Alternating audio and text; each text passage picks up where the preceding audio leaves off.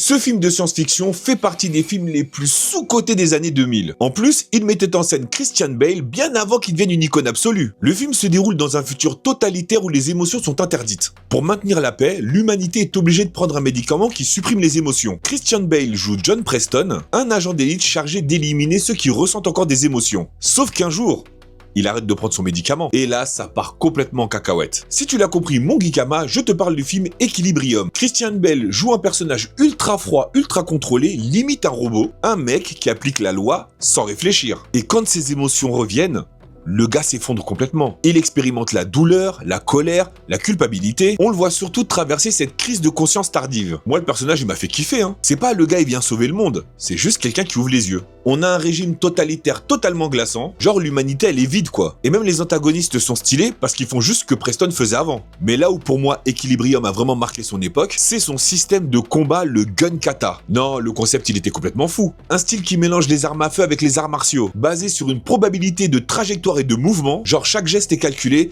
chaque déplacement est précis. Visuellement, c'était trop stylé, c'était hyper lisible. Malheureusement, Equilibrium n'a pas été un grand succès à sa sortie. Peut-être trop bizarre, peut-être trop en avance. Pour moi, c'est devenu un film culte, parce que déjà, c'était du jamais vu à l'époque, mais surtout, le gun kata a influencé d'autres films après lui. Du coup, dis-moi dans les commentaires si t'as vu le film Equilibrium et surtout qu'en as-tu pensé. Et comme toujours, si t'as kiffé la vidéo, bah abonne-toi.